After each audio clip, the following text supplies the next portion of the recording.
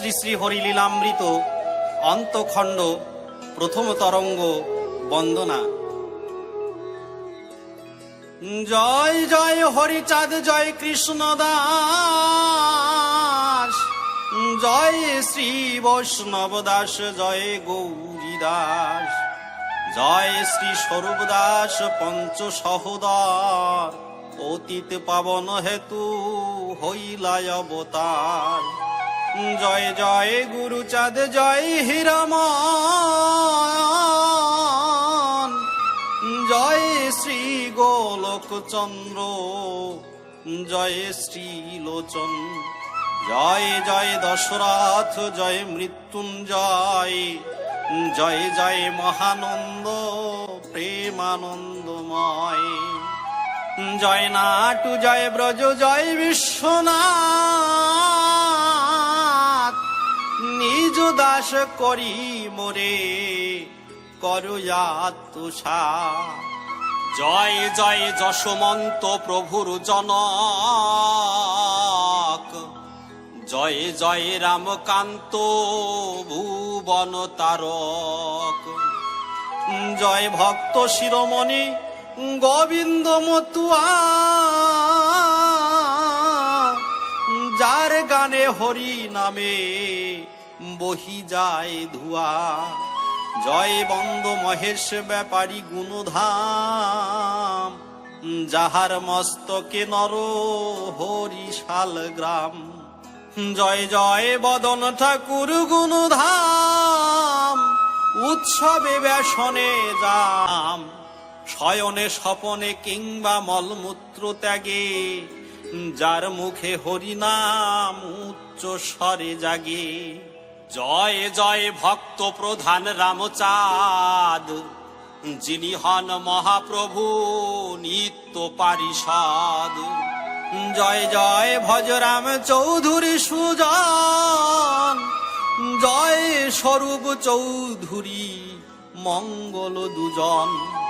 কুবের বৈরাগী রাম কুমার ভকত, দন্তে তৃণধরি বন্দী হয়ে পদানত। জয় চূড়ামণি বুদ্ধিমন্ত দুটি ভাই, হরি চাঁদে পেয়ে আনন্দের সীমা নাই। জগবন্ধু বলে ডাক ছাড়িত যখন, সুমেরুর চূড়া যেন হইত পতন। অনন্ত প্রভুর লীলা অনন্ত ভকত, বিধি অগোচর লীলা শুলীন্দ্র অজ্ঞাত। পূর্বেতে করার ছিল মাতৃ সন্নিধানে, করিবেন শেষ লীলায় ওই সান্ন কোণে। সেই হেতু ওরা কাদি শেষ লীলা কাজ, পয়ার প্রবন্ধে কহে কবির সোরা।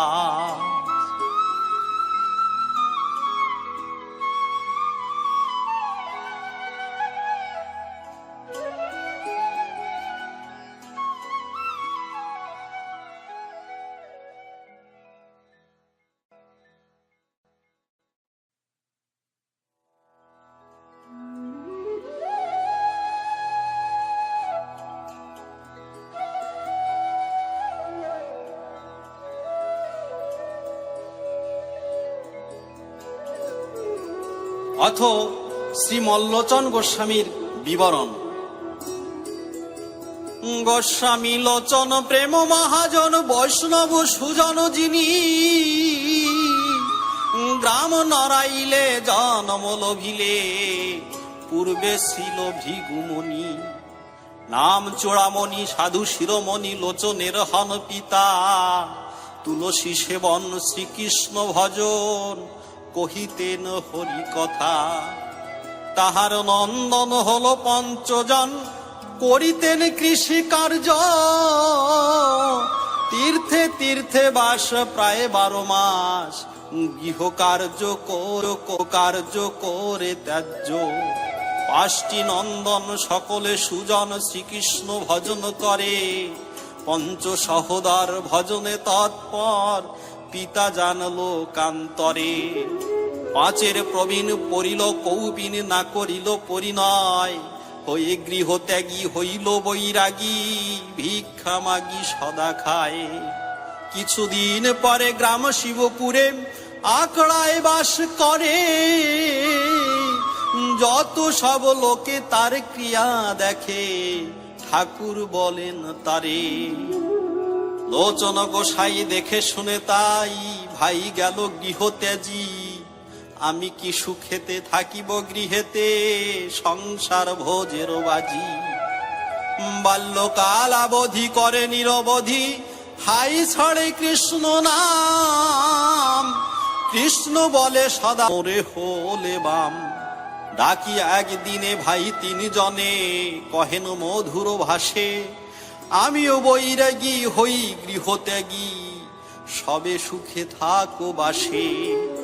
লোচন জননী নামেতে আছানি, কথা শুনে মাতা কয়, বাছারে লোচন শুনিয়া বচন, জীবন জ্বলিয়া যায়। জনক তোমার হলো লোকান্তর, সহোদর তব জ্যেষ্ঠ, দুঃখিনী দেখিয়া গিয়াছে ছাড়িয়া, অন্তরে অনন্ত কষ্ট।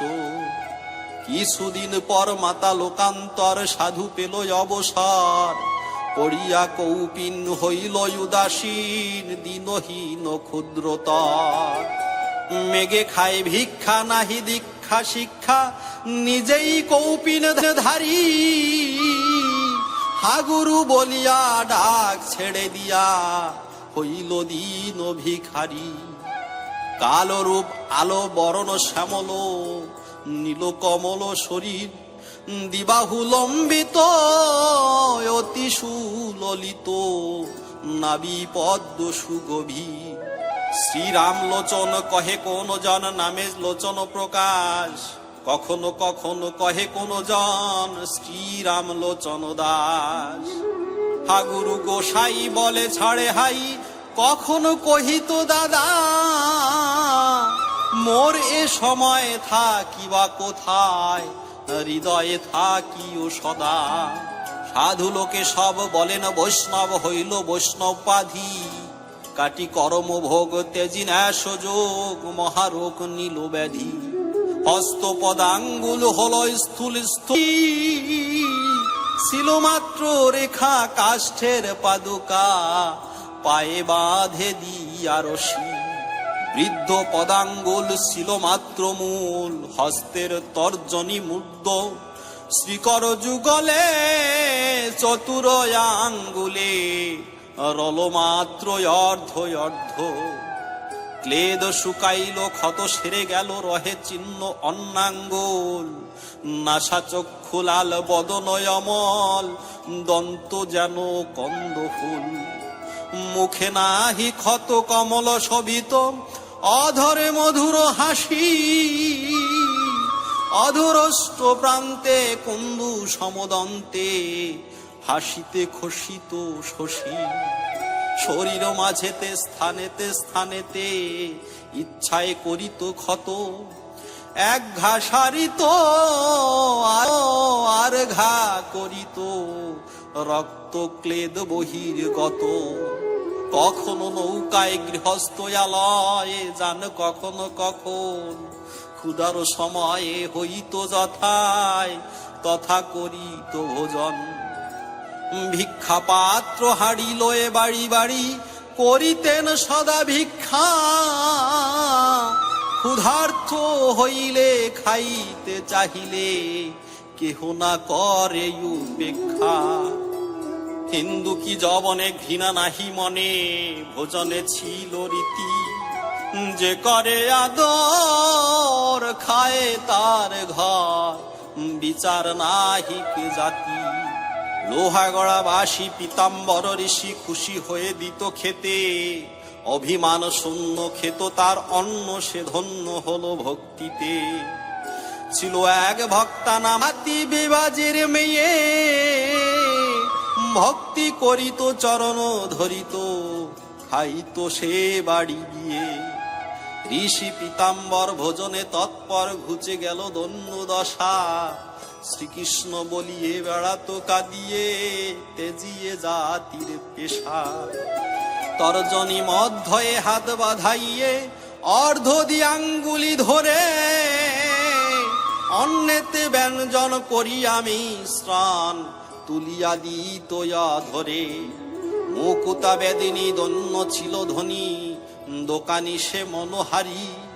অদন্য সংসার হইল তাহার গোস্বামীর সেবা করি। জয়পুর গ্রামে ওয়াছিল নামে জাতিতে মুসলমান। গিয়া তার ঘরে ভোজনাদি করে বাহার নাম। সে হলো ফকির লোকে বলে পীর জিগির মারিয়া ফেরে। লোচন বলিয়া ডাক ছেড়ে দিয়া নাম দিয়ার গোসারে। ত্যাজে বেদাচার জাতি কুলাচার বৈষ্ণব আচার ত্যাগী। তারকের আশা মানস পিপাসা স্বামীর চরণ লাগি।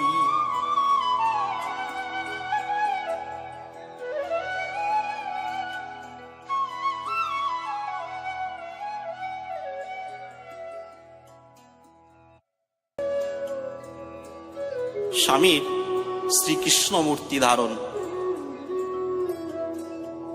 কুবের বৈরাগী মহা অনুরাগী তার বাড়ি একদিনে ভিক্ষার লাগিয়া তার বাড়ি গিয়া ভিক্ষা মাগিল যখনে।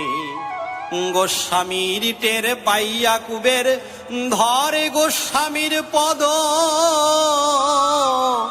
অদ্য এ বাড়িতে হবে সেবা নিতে দিতে হইবে শ্রীপদ। দয়ায় উপজিল গোস্বামী বলিল বলে শীঘ্র দাও খেতে। কুবের রমণী গৃহে নাই তিনি গিয়াছেন বস্ত্র ধুতে। ত্বরান্বিত হয়ে কুবের আসিয়ে বলে তাহার নারীকে এসো শীঘ্র গতি এসেছে অতিথি সেবা করাবো তাহাকে। কুবের রমণী কহিছেন বাণী অতিথি এসেছে কে। কুবের কহেন লোচন এলেন সেবা করাবো তাহাকে। কুবের রমণী রুশিয়ায় অমনি কহিছে রাগের সাথ। টুন্ড মহারোগে দূর করে দিগে কে রাধিবে তার ভার। কুবের রুশিয়া বাটিতে আসিয়া নিজে যায় পাক ঘরে। করে আয়োজন লোচন তখন তাহা জানিল অন্তরে। গোস্বামী লোচন মধুর বচন ডেকে কহে কুবের রে যার যেই কাজ তার কি সাজ অন্যে কি সাজিতে পারে। বল গিয়া মায় আমি টুন্ড নয় পাক করুন আসিয়ে। ভালো হয়ে এলে ভালো পাক হলে আমি খাবো ভালো হয়ে। কুবের নারীকে কহিছেন সুখে পাক করো শীঘ্র গিয়ে। মোরে পাঠালেন স্বামী বলিলেন খাইবেন ভালো হয়ে। কুবের রমণী কহিছেন বাণী এই কথা নহে সাচা। উহা না মানিব আমি না যাইব ছাড়িয়া কাপড় কাচা। কহিছেন রাগী কি কহিলি মাগি কুবের ক্রোধেতে পূর্ণ। গোসাই লোচন কহিছে বচন এ রাগ কিসের জন্য। বাছারে কুবের কপালের ফের মাকে কেন মন্দ ভালো তুমি আমি ভালো মাতাও কহিছে ভালো।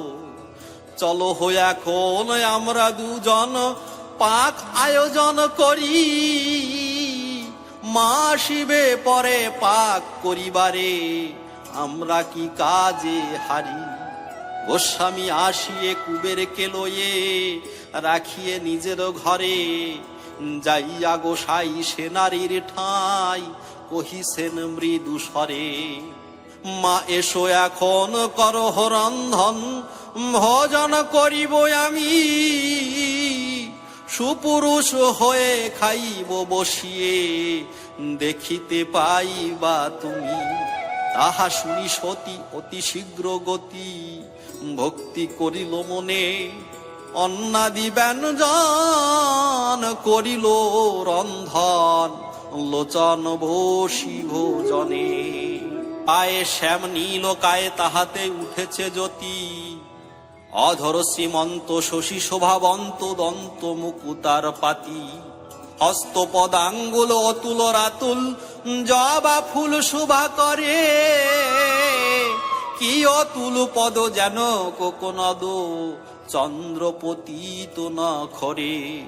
সে রূপ দেখিয়ে পড়ে লোটাইয়ে, দিব্য জ্ঞান পেয়ে কয়, ডেকেছে কুবেরে তোমারে শিবিরে, শিবের ধন উদয়ে।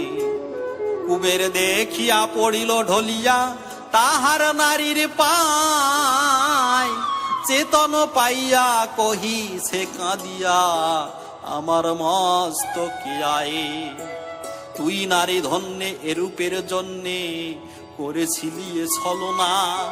তোর স্পর্শ জন্য মোর দেহ ধন্য, সব শূন্য তোমা বিনা। কুবের গৃহিণী যেমন যক্ষিণী, তেমনি মানি তোমারে। ভবানীর শোভা পদে দিয়ে জবা, দেখাইল কুবেরে রে।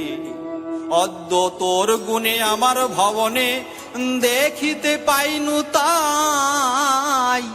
এই বাঞ্ছা করি তোমা হেন নারী, জনমে জনমে পাই। দেখিতে দেখিতে ক্ষণেক পরেতে, সেই রূপ লুকাইল। হরিসেবী রসে গললগ্নিবাসে, কুবের পদে পড়িল। ধরিয়ালোচন করিয়া লিঙ্গন, কহিলেন কুবের রে। যা দেখো নয়নে তোমাদের গুণে, যার কাজ সেই করে। ধন্য সে কুবের, ধন্যে এ ভবের লোচনের পদসেবী। শ্রবণে মঙ্গল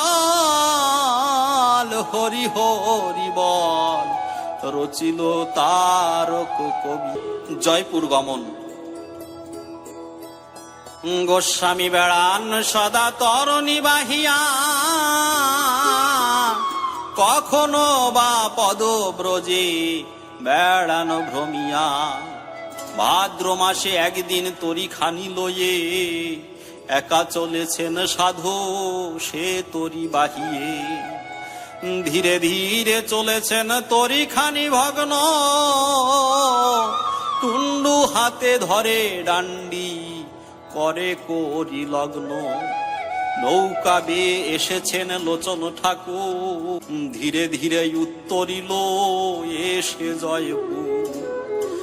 বরষায় জলমগ্ন বাড়ির নিকটে, বসিছে তারকসে বাড়ির পূর্ব ঘাটে। হরিচাঁদ রূপ চিন্তা বসিয়াছে একা, হেন কালে গোস্বামী আসিয়া দিল দেখা। তারকে জিজ্ঞাসা করে তারকের কথা, বলো হে খানে তারকের বাড়ি কোথা। গোস্বামীকে দৃষ্টি করি তারক চিনিল, পূর্বে একদিন ওরা কাদি দেখা ছিল। ওরা কাদি শ্রীধামে তারক গিয়াছিল, সেদিনে গোস্বামী ধামে উপস্থিত হল। ও হরি বলে গোস্বামীজি ডাকে, মহাপ্রভু ডাক শুনে পরম পুলকে। তাহা শুনি তারক ভাবিল মনে মনে, হেন সুধা মাখা ডাক ডাকে কোন জনে। সামান্য মানুষ না হইবে এই জন, ইচ্ছা হয় সেবা করি যুগল চরণ। বাহির বাটিতে বসি ভাবিতেছে তাই, নিকটে আসিয়া তবে জিজ্ঞাসে গোসাই। এখানে বসিয়া বাপ কি ভাবিছ মনে, বলো শুনি তোমার বসতি কোনখানে। বিনয়ে তারক কহে শুনহে ঠাকুর, তারক আমার নাম, বাড়ি জয়পুর। গোসাই বলেন তুমি না ভাবিও আর, ভিক্ষায় যাইয়া থাকি মধুমতি পার। দেশে দেশে যখন মাগিয়া খাই ভিক্ষা, মনন থাকিলে পরে হতে পারে দেখা।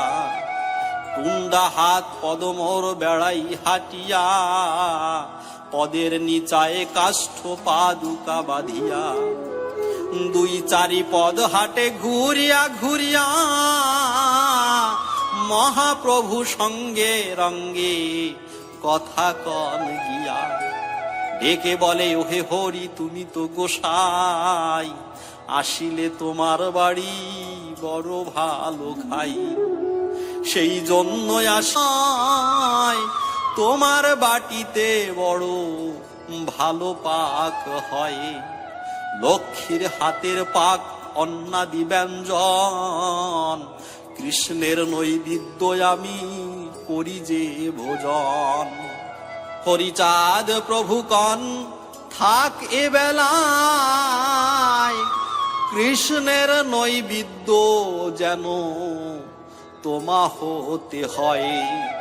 থাকিল লোচন হলো ভোজন সময়, চারিদণ্ড রাত্রিকালে বসিল সেবায়।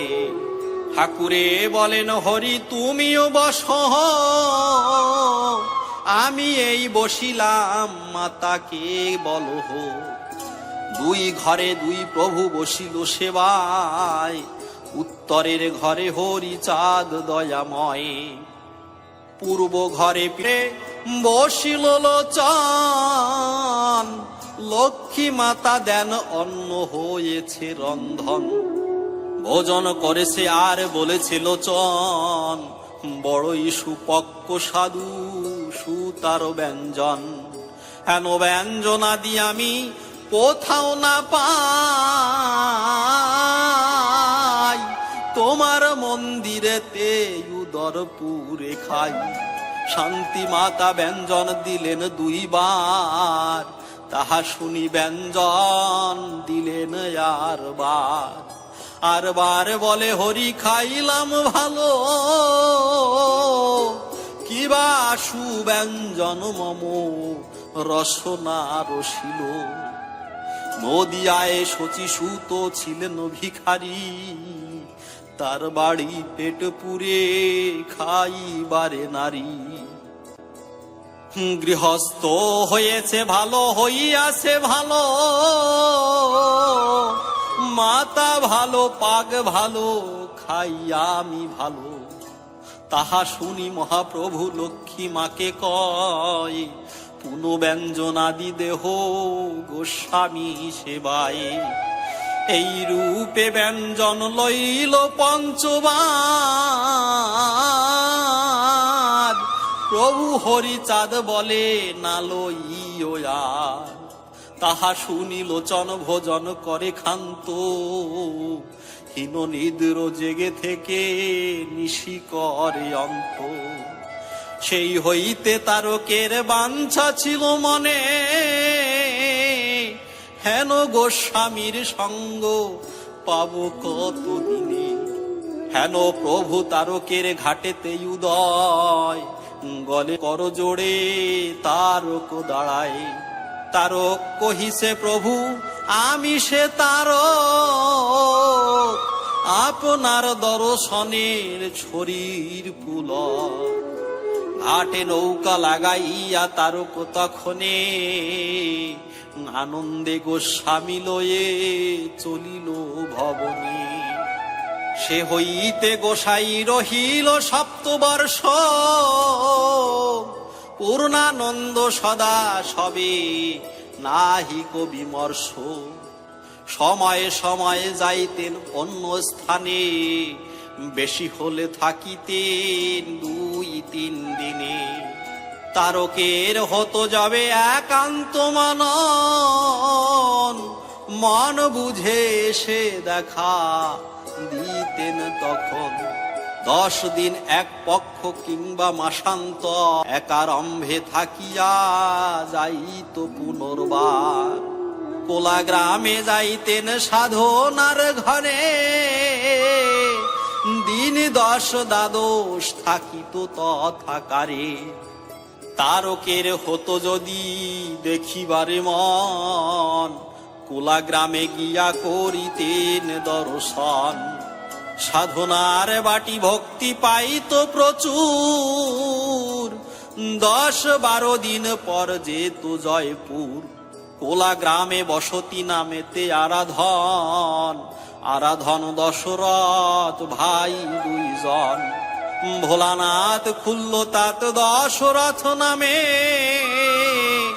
বড়ই সুখের বাস ছিল কোলা গ্রামে। তার জ্যেষ্ঠ তনয় নামেতে নবকৃষ্ণ, মথুরানাথ নামেতে নিষ্ঠ। আরাধন পুত্র ভোলানাথ নাম ধর, দশরথ নন্দন যাদব কোটিশ্বর। দশরথ গৃহিণী সে ফেলি নামে ধনী, গোস্বামীকে বড় ভক্তি করিতেন তিনি। তাহাকে লোচন ডাকিতেন মা বলিয়ে, ডাক শুনিতেন মাতা অতি হর্ষ হয়ে। যাদবের মা বলিয়া ডাকিত কখন, জেঠি বলে কখনো করিত সম্বোধন। শ্রীনব কৃষ্ণের 4 পুত্র 2 কন্যা, জ্যেষ্ঠা কন্যা সাধনা, সাধনে বড় ধন্যা। সনাতনে নামে ছিল ইহাদের জ্ঞাতি, 1 বাড়ি 3 ঘর করিত বসতি। 3 ঘর গৃহস্থ 1টি বাড়ি পর, নাহি ভিন্ন ভাব যেন ছিল একতর। গণনাতে লোক 30-29 জন, ছোট বড় নামে প্রেমে মত্ত সর্বজন। তার মধ্যে সাধনা নামেতে ছিল যিনি, সাধনে তৎপরা ছিল যোগেতে যোগিনী। অন্ন ত্যাগী ফলাহারে নিদ্রা না যাইত, শীতকালে শয্যাতে না শয়ন করিত। কোটি বেড়া বাস মাত্র গায়ে নাহি দিত, ভূমে বাস যোগাসনে যোগেতে বসিত। কোলা গ্রামে গোস্বামী লোচন দেবয়াসী, সাধনার নিকট থাকিত।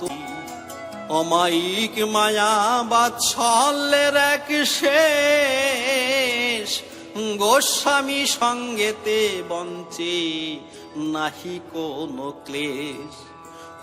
কোন দিন যাইতেন ভিক্ষা জন্য, জ্ঞান হতো বাড়ি জানো হইয়াছে শূন্য। সবে চেয়ে রহিত গোসাই আসা পথে, শান্ত হতো গোস্বামী আসিলে বাটিতে। গৃহ কার্য করে থাকে গোস্বামী আশায়, গোসাই আসিলে বড় হরষিত হয়। পুরুষেরা কার্যন্তরে যাইত যখনে, গোস্বামীর কাছে যাব সদা ভাবে মনে। দিবা ভরি কার্য করি যবে সন্ধ্যা হতো, গোস্বামীর নিকটে এসে সকলে বসিত। প্রেমাবিষ্ট অনুক্ষণ থাকিত সেবায়, বাহ্য হারা হয়ে কোন নিশিগত হয়। এইভাবে জয়পুর থাকেন গোসাই, সময়ে সময়ে যেত সাধনার ঠাই। যেই ভক্ত সেই হরি ভজনিষ্ঠা করি, নামের সহিত আছে আপনি শ্রীহরি।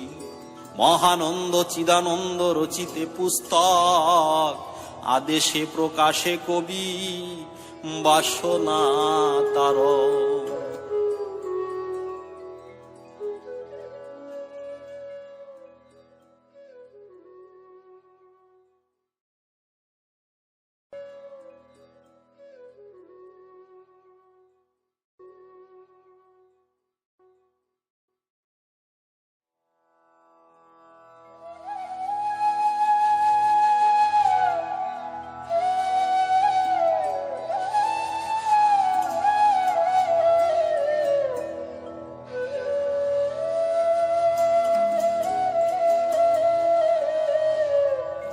অবিশ্বাসী দ্বিজের ভ্রান্তি মোচন। মাঝে মাঝে যান প্রভু ভিক্ষা করিবারে, ভিক্ষা করি আসিতেন বেলা দ্বিপ্রহরে। একজন দ্বিজ তার বাড়ি উলা গ্রাম, গৃহস্থ ব্রাহ্মণ তিনি ষষ্ঠী চন্দ্র নাম। কোলা গ্রামে এসেছিল সাধনার বাটিতে, দেখিলেন গোস্বামীকে ভকতি করিতে।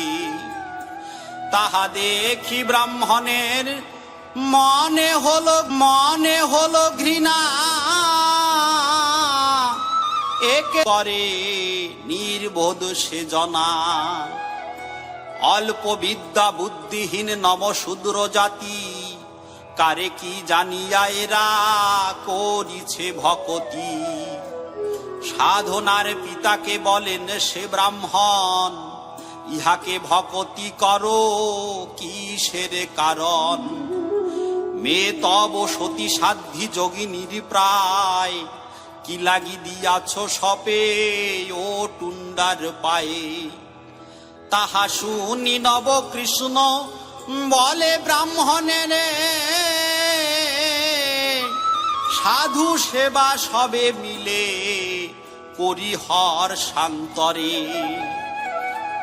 কৃষ্ণ তুল্য ব্যক্তি ইনি গ্রন্থে লেখে, সর্বরোগী ভোগী ত্যাগী কৃষ্ণ তুল্য সেই।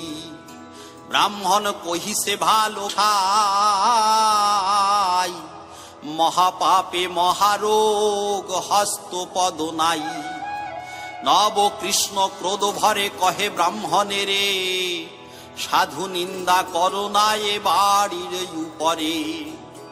ব্রাহ্মণ চলিল বড় বিমর্ষ মনেতে, কি বুঝিয়া সাধু বলে না পারি বুঝিতে। ক্রোধ দেখি দ্বিজবার অবাক হইল, 7-5 ভেবে শেষে বাড়ি চলে গেল। আর একদিন প্রভু আসে উলা হতে, আমাদায় গিয়াছিল ভিক্ষার জন্যেতে। উলার কুঠির পরে দ্বিজবর ছিল, গোসাই এসেছে বেগে দেখিতে পাইল। দ্বিজ গোস্বামীকে দেখে ভাবিতেছে মনে, টুন্ডা বেটা এত বেগে চলিছে কেমনে।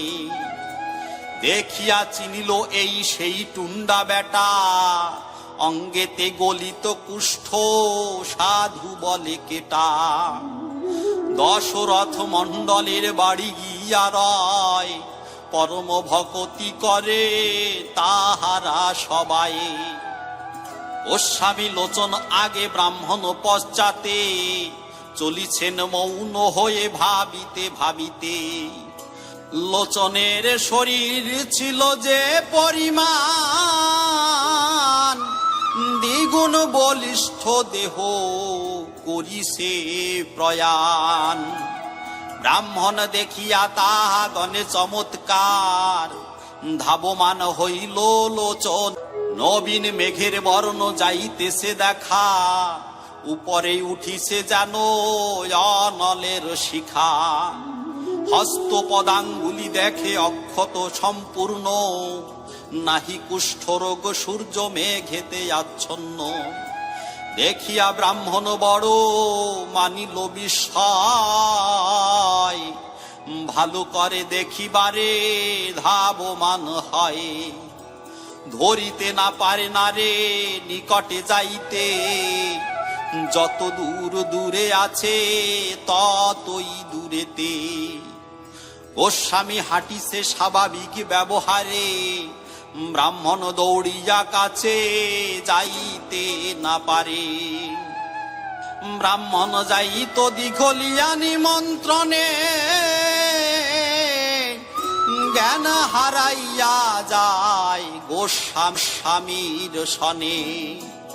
গোস্বামী উঠিল নব কৃষ্ণের প্রাঙ্গণে, তামাক খাইব বলে ডাকিল সাধনে।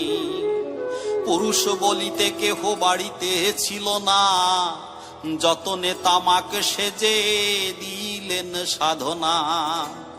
ব্রাহ্মণ আসিয়া পরে হইল উপস্থিত, অমনি লোচন উঠে চলিল তরি। ভিক্ষা পাত্র রাখি সাধনার নিকটেতে, ঘাটে গিয়া নামিলেন জলের মধ্যেতে। দ্বিজ ষষ্ঠী কহে ধন্য ধন্য তোরা সব, নম শূদ্র কুলে জন্ম নমস্য বৈষ্ণব। মানুষ চিনিয়া সবে হয়েছে মানুষ, ব্রহ্মকুলে জন্মলোষ। কই সেই টুণ্ড প্রভু গেছেন কোথায়, সাধনা কহিছে এই মাত্র ঘাটে যায়। ব্রাহ্মণ যাইতেছিল নদীর ঘাটেতে, স্নান করি আসে ফিরি দেখা হয় পথে। একমাত্র কৌপিন কোটিতে দড়ি গ্রন্থি, সিক্ত অঙ্গে এসেছেন ক্লান্ত ভাবয়তী। পূর্ববত ক্ষত অঙ্গ অঙ্গুলি বিচ্ছিন্ন, টুণ্ড হস্ত টুণ্ড পদ কত ক্ষত চিহ্ন। দাদা দাদা বলিয়া কাতরে ছাড়ে ডাক, দেখিয়া শুনিয়া দ্বিজ হইল অবাক। কি দেখিনু কি হইনু কি করিনু ধার্য, দেখিয়া বড় মানিল আশ্চর্য। হেন কালে ভোলানাথ আসিল বাটিতে, লোচন চলিয়া গেল সাধনার সাথে। সাধনার পশ্চিমের গৃহেতে বসিল, ব্রাহ্মণ আসিয়া কতক্ষণ চেয়ে রল। ফিরে গিয়া বলিলেন ভোলানাথ ঠাই, দ্বিজ বলে কি বলিয়া মাতে আমি নাই।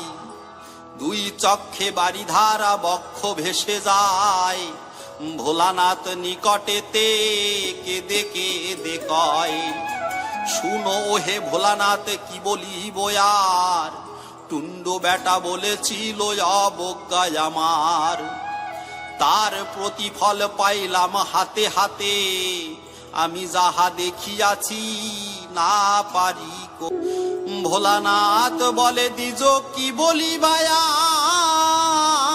আর, আমার গোসাই হয় ব্রাহ্মণ উপর। ওরা কাদি বাবা মোর স্বয়ং অবতার, ঘুরে ফিরে লীলা করে চেলা বেলা তার। অন্য অন্য যুগে যতই অবতার হন, এ যুগের ভক্ত তাহা হতে বলবান। টুণ্ড হয়ে থাকে প্রভু আমার বাটিতে, বাবা হরিচাঁদ ভক্তকে পারে চিনিতে। যদি কিছু দেখে থাকো কাহারে না কও, দেখিয়াছ ভাগ্য ক্রমে চুপ করে রও। জানো না শুনো না কিবা গাও বরাবরই, সুধা গৌর নয় রে আমার গৌর হরি। অপরূপ রূপ কিবা মধুর মাধুরী, কখনো পুরুষ হয় কখনো বা নারী। শুনিয়া ঠাকুর আর বাক্য নাই স্ফুরিল, ব্রাহ্মণ অনেক ক্ষণ মৌন হয়ে রল। কবি ভাবি কহে ভাই রবি ডুবে গেল, লোচনের প্রতি সবে হরি হরি বলো।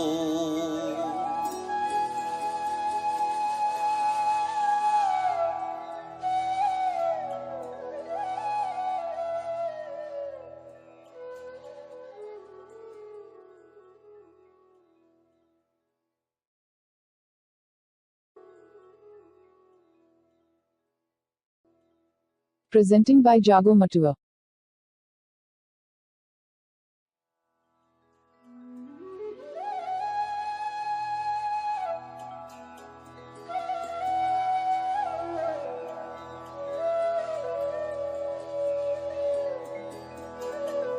গোস্বামীর ভিক্ষা বিবরণ।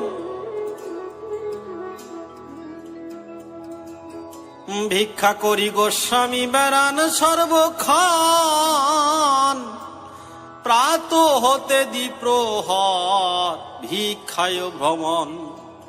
ভিক্ষার তণ্ডুল রাখিতেন যার ঘরে, বলিতেন তণ্ডুল বিক্রয় করিবারে।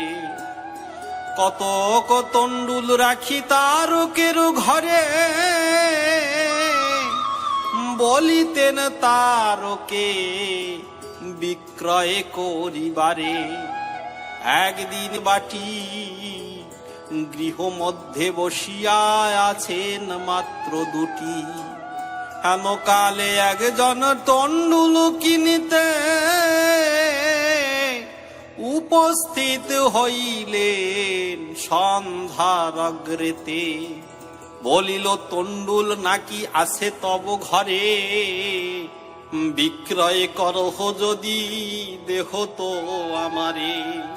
তারক বলিল আছে রেখেছে গোসাই, কি দরে খরিদি করো বলো শুনি তাই। খরিদ্দার বলে দর সকলের জানা, বাজারের দর 1 সের 1 আনা।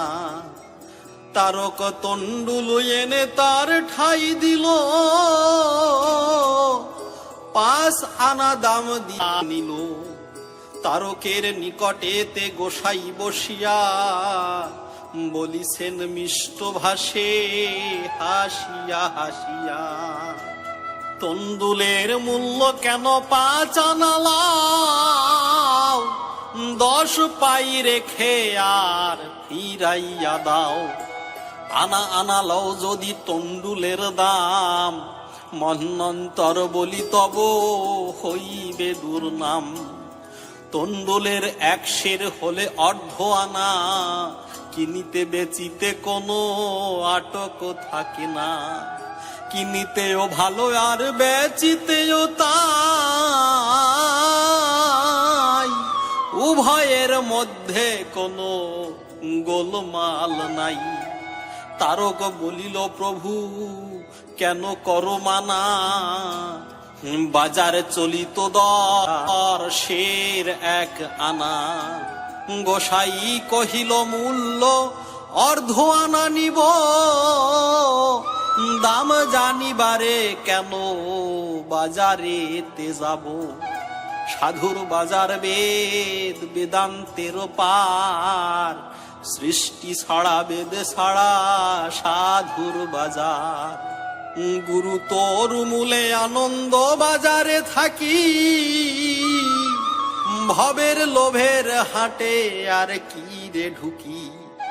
ভিক্ষার তণ্ডুল খাস ভান্ডারের ধন, দরাদরি দিয়া কিবা আছে প্রয়োজন। এইটুকু না ছাড়িতে পারিলে এবার, বলো দেখি কিসে হবে বেদ বিধি পার। এত শুনি তারক লইল 10 পাই, 10 পাই ফিরাইয়া দিলেন গোসাই। সেই হতে ভিক্ষার তণ্ডুল যত হয়, অর্ধ আনা মূল্যে সব করেন বিক্রয়। 4 টাকা জমা হলো তারকের ঠাই, 4 টাকা নৌকা হতে আনিল গোসাই। তারকের বলে এই টাকা তুমি লহ, তারক বলিলে প্রভু কেন টাকা দেহ।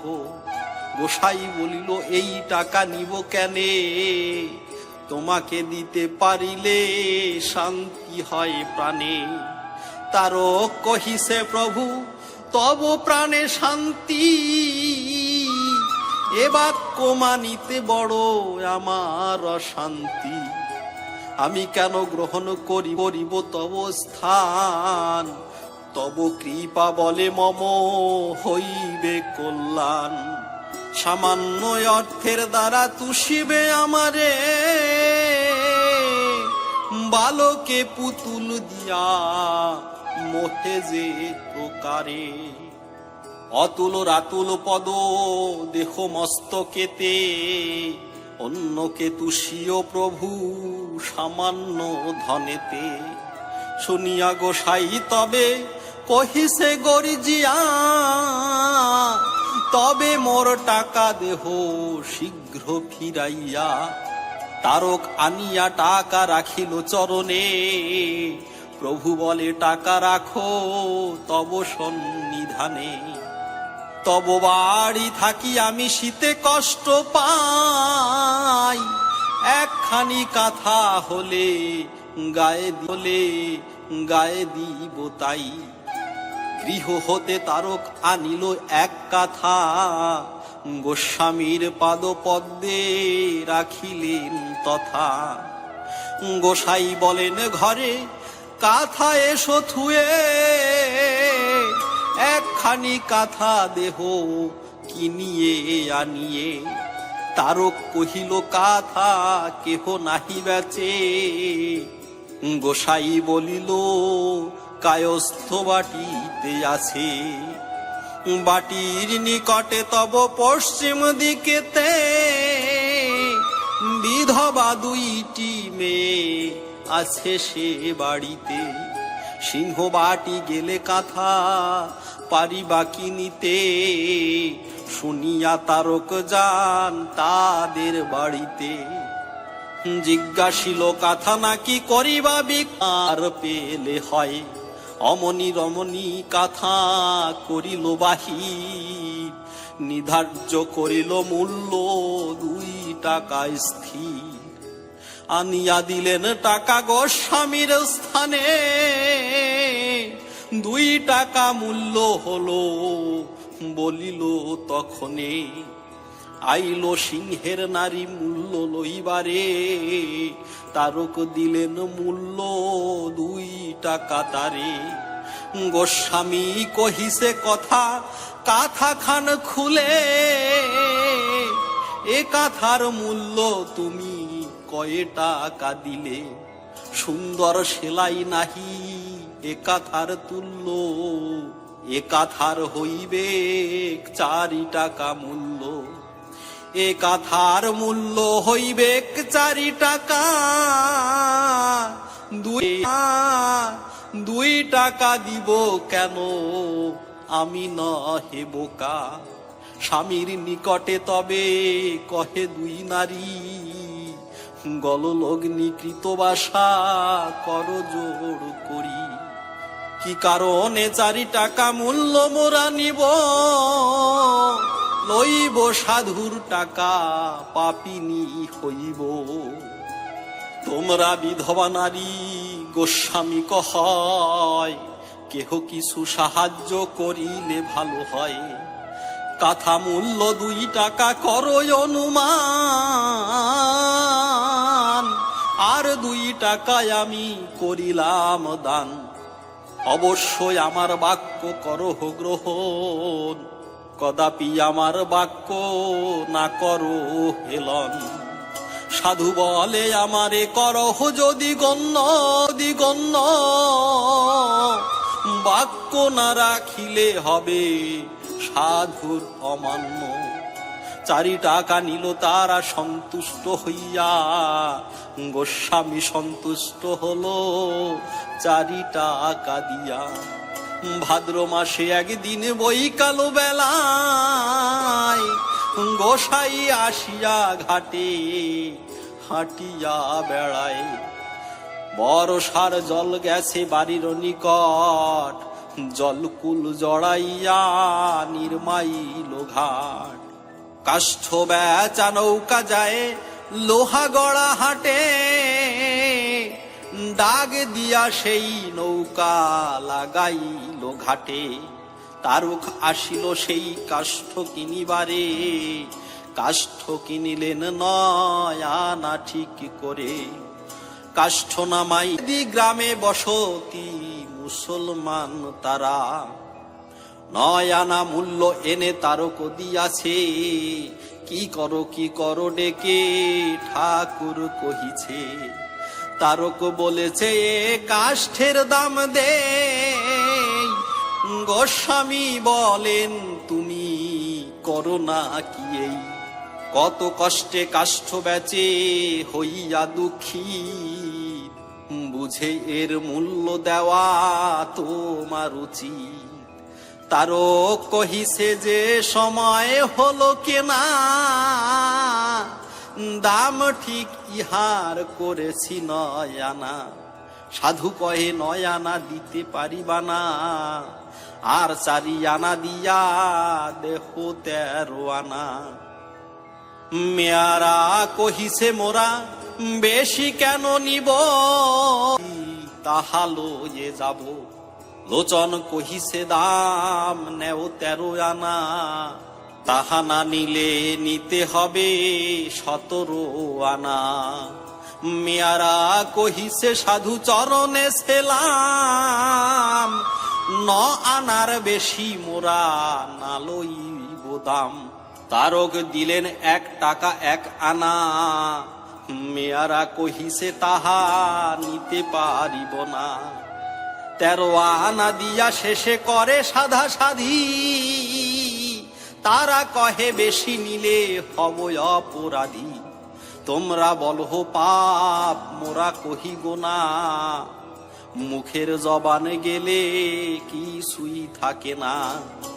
দুনিয়ায় খাটি যার মুখের জবান, দুনিয়ার মধ্যে সেই খাঁটি আনা নিয়া তারা অতিরিক্ত মূল্য কুলে ফেলে দিয়া নৌকা ভাসাইয়া দিল।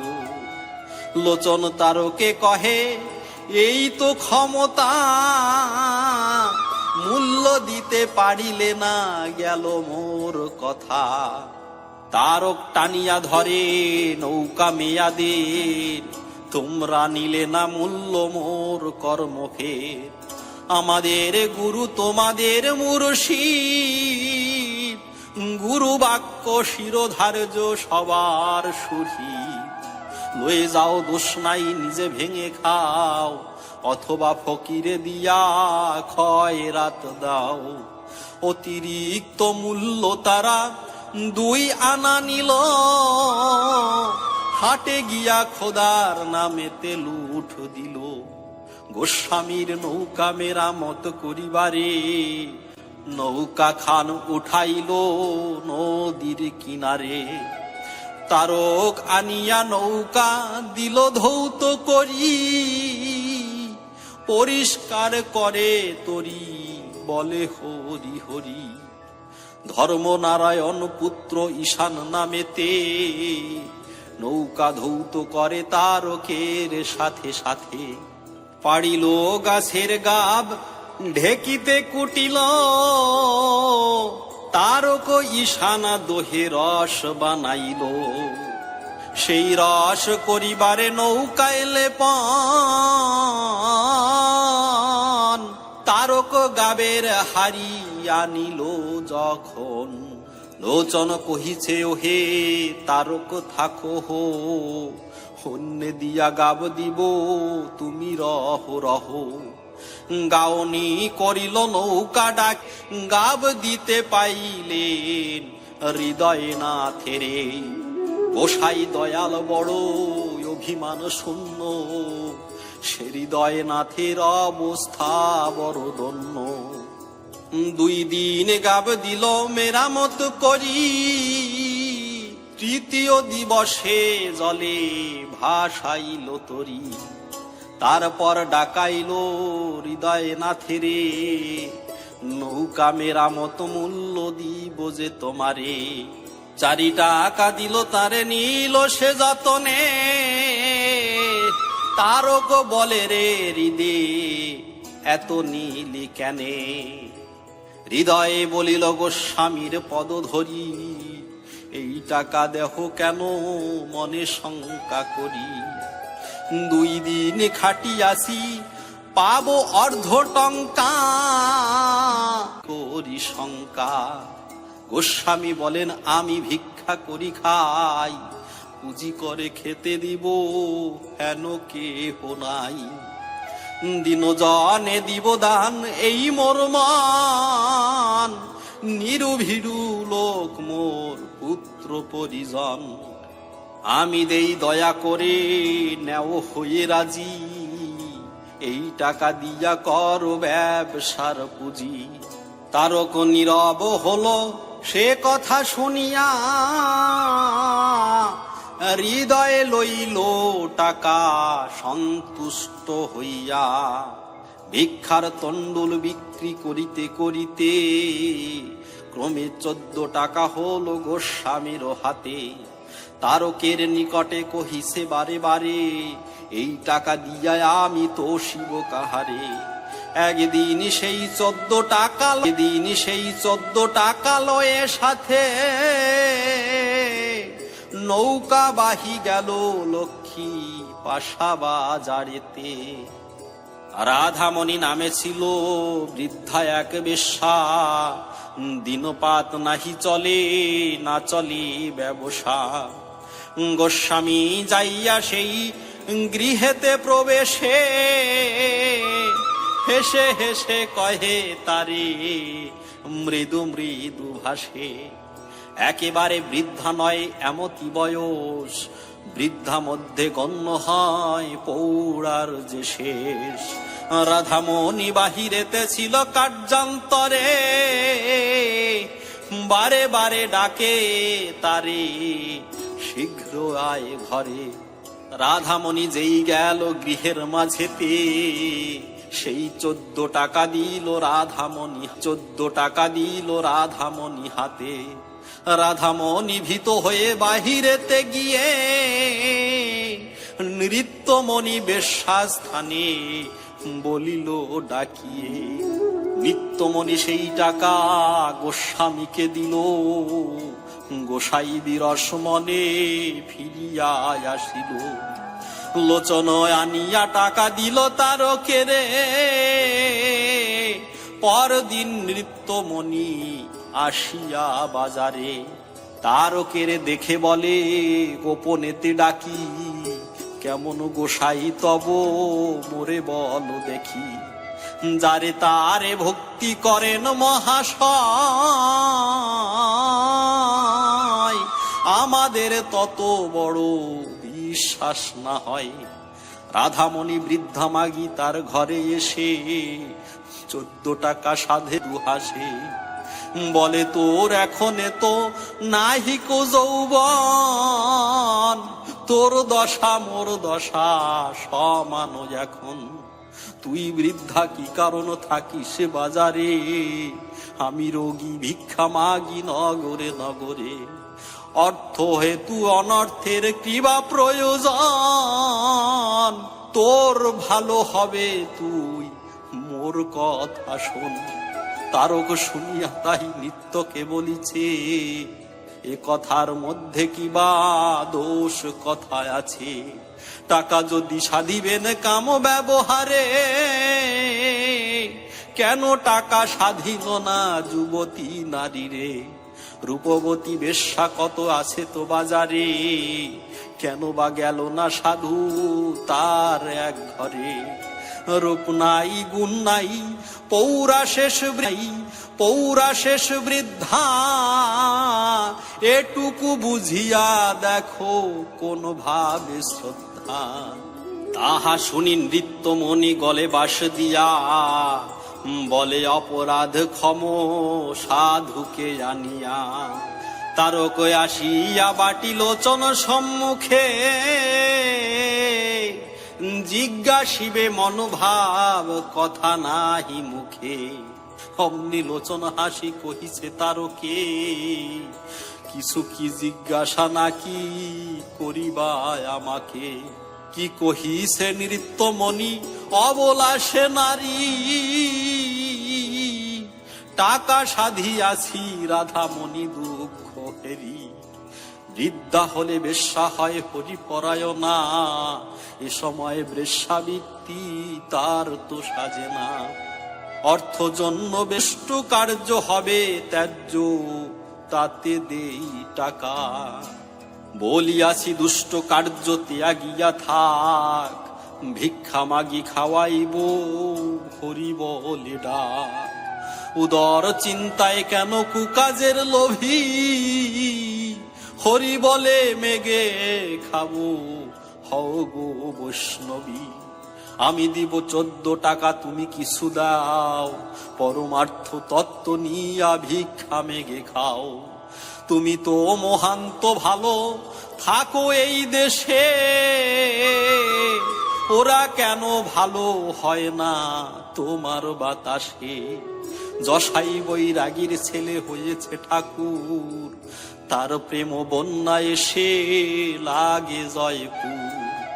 তুমি জয়পুর সাধনের বাড়ি কোলা, প্রেম ভক্তি দেয় হরি করি শেষ লীলা। কোলা আর জয়পুর প্রেম চলাচল, এর মধ্যে থাকে কেন দুষ্ট আর খল। যাহা ভালো বুঝি তাহা করিয়াছি আমি, ভালো মন্দ বিচার করিয়া লহ তুমি। তুমি বহু শাস্ত্র জানো, পড়িয়াছ কত, মুখস্থ করেছ চৈতন্য চরিতামৃত। তাহাতে যাহা লিখিল তা তো পড়ে থাক, মঙ্গলাচরণ পদ বিচারিয়া দেখ। কৃষ্ণ ভক্তি বাধা যত শুভাশুভ কর্ম, সেও তো জীবের এক অজ্ঞানত ধর্ম। লজ্জা ঘৃণায় অষ্টপাশ সকল ইউঘারি, শুভাশুভ যত কর্ম ভক্ত হবে তো বিচার সব ফেলো। পর উপকারী হয়ে হরি হরি বলো। লোচনের লীলা খেলা অলৌকিক কাজ, রচিল তারক চন্দ্র কবির সুরাজ।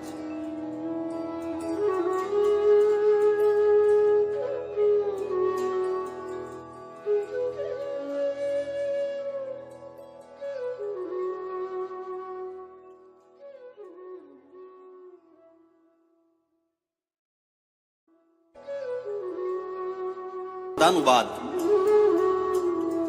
রাউত খামার গ্রামে গোস্বামী লোচন, তথায় উদয়ে এসে হইল হীরামন। গুরুচরণ বালার প্রাঙ্গণে বসিয়া বকিতেছে হীরামন ক্রোধিত হইয়া। হীরামনে সর্বজনে দণ্ডবত করে, পদধূলি কেহ তুলি লইতেছে শিরে। ক্রোধযুক্ত তাহাতে হইয়া হীরামন, বকাবকি যাহা মুখে বলিছে তখন। রমণীর গুজ্জাস্তন অপভ্রংশ ভাবে উচ্চারণ করিছেন ক্রোধের প্রভাবে। অনেকক্ষণ হীরামন বকিতে লাগিল, ক্রোধ ভরে লোচন উঠিয়া দাঁড়াইল। লোচন কহিছে ডেকে, হারে হীরামন,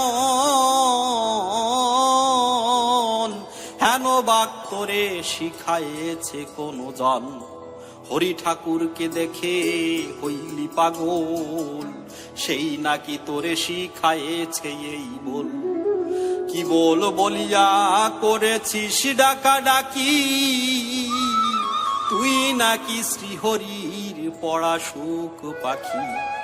যে বল শুনালি তুই শোন তোরে কই, দুটো কথা কই তোরে আর কত সই। ও হইয়া জলে ঝাঁপিলে কি হয়, তাহাতে কাহার কোথা সাধুত্ব বাড়ায়। জলচর পক্ষী জল চড়িয়া বেড়ায়, মরা সব জলে ভাসে সেও সাধু হয়। পাগল হয়েছে কেন চেনো না মাতুল, কি উদ্দেশ্যে খেপাইল মা তুলের কুল, বিবাহ করিলি যারে তারে মা বলিলি, শ্বশুরকে আজা বলে প্রণাম করিলি, রমণীর মাতা শাশুড়িকে বলে আজি,